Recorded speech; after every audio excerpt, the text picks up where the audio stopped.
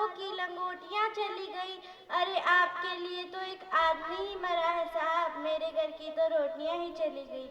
हम अपनी जान के दुश्मन को अपनी जान कहते हैं, मोहब्बत की इसी माटी को हिंदुस्तान कहते हैं। जो दुनिया में सुनाई दे उसे कहते हैं खामोशी, जो आंखों में दिखाई दे उसे तूफान कहते हैं। माननीय मुख्य अतिथि महोदय प्रधानाचार्य जी, अध्यापक गण, गाँव से पधारे हुए गणमान्य व्यक्ति अथवा मेरे छोटे और बड़े भाई और बहनों, आप सभी को 26 जनवरी की हार्दिक शुभकामनाएं। मैं हर्षिता, कक्षा 6, राष्ट्र निर्माण व देश प्रेम के उपलक्ष्य में अपने कुछ विचार आप सभी के सामने साझा करना चाहूंगी। आजादी, आजादी का सही मतलब वही समझ सकता है जिसने कभी गुलामी की हो। हम सौभाग्यशाली हैं कि हम इस स्वतंत्र भारत में जन्मे हैं। आजादी की लौ तो 1857 में ही जल चुकी थी, जो 1947 में हमारे देश को आजाद करवाए।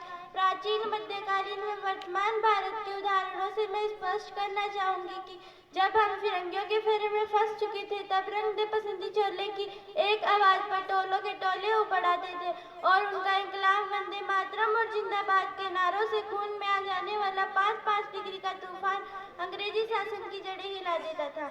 उसके बाद 1962-65 में गेतर के युद्धों में अपना स्वाग गवा देने वाली औरतों की घर की हालात पता चली कि प्यार भी भरपूर गया, मांग का सिंदूर गया, नन्हे नन्हालों की लंगोटियां चली गई, छोटी छोटी बेटियों की चोटियां चली गई, बाप की कमाई गई, भाई की पढ़ाई गई। एक वैसा विस्फोट हुआ, पता ही नहीं चला पूरे जिस्म की कई बोटियां चली गई। अरे आपके लिए तो एक आदमी ही मरा है साहब, मेरे घर की तो रोटियां ही चली गई। इस तरह पूरा परिवार अपनी देशभक्ति साबित कर रहा होता है। तब देश बलिदान मांगने को कहता था, तब देश मर जाने को कहता था, तब देश मिट जाने को कहता था, किंतु आज देश मर जाने को नहीं कहता, मिट जाने को नहीं कहता, फांसी चढ़ जाने को नहीं कहता, बल्कि मेरे विचारों से कोई व्यक्ति अपनी मेहनत, लगन व ईमानदारी के साथ काम करे, वही सच्ची देशभक्ति और वही सच्चा राष्ट्र प्रेम है। मैं नहीं मानती कि फेसबुक, व्हाट्सएप और इंस्टाग्राम की डीपी को 3 रंग से रंगना ही सच्ची देशभक्ति होती है। यदि आप कहेंगे कि वर्ष में 2 बार तिरंगा हाथ में लेना ही सच्ची देशभक्ति होती है, तो मैं पूछना चाहूंगी कि फुटपाथ पर रहने वाला बच्चा ट्रैफिक की छांव में जब तिरंगा बेच रहा होता है, क्या उसे आप उसकी देशभक्ति कहेंगे? नहीं, ये उसकी देशभक्ति नहीं, ये उसकी पेट की भूख की शक्ति है जो उसे ऐसा करने पर मजबूर करती है।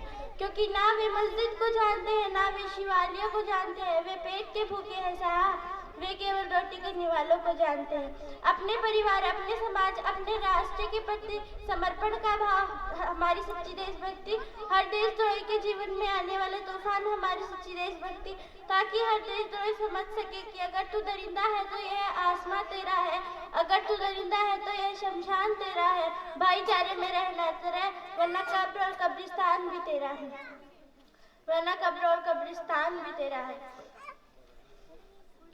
अब मैं बता दूं कि हम महिलाएं सुरक्षा मामले में चौथे पायदान पर आती है, क्योंकि हम ऐसे समाज में जीती है जहाँ पर पत्थर की मूर्त को लगते 56 भोग और भूखे नंगे तड़पते सो जाते हैं लोग। यही सच्ची देशभक्ति, यही सच्चा राष्ट्र प्रेम है। ना सरकार मेरी है और ना रोग मेरा है और ना ही बड़ा सा नाम मेरा है, बस मुझे इतनी सी बात का गुरूर है कि मैं भारतीय हूँ, ये भारत मेरा है। जय हिंद, जय भारत।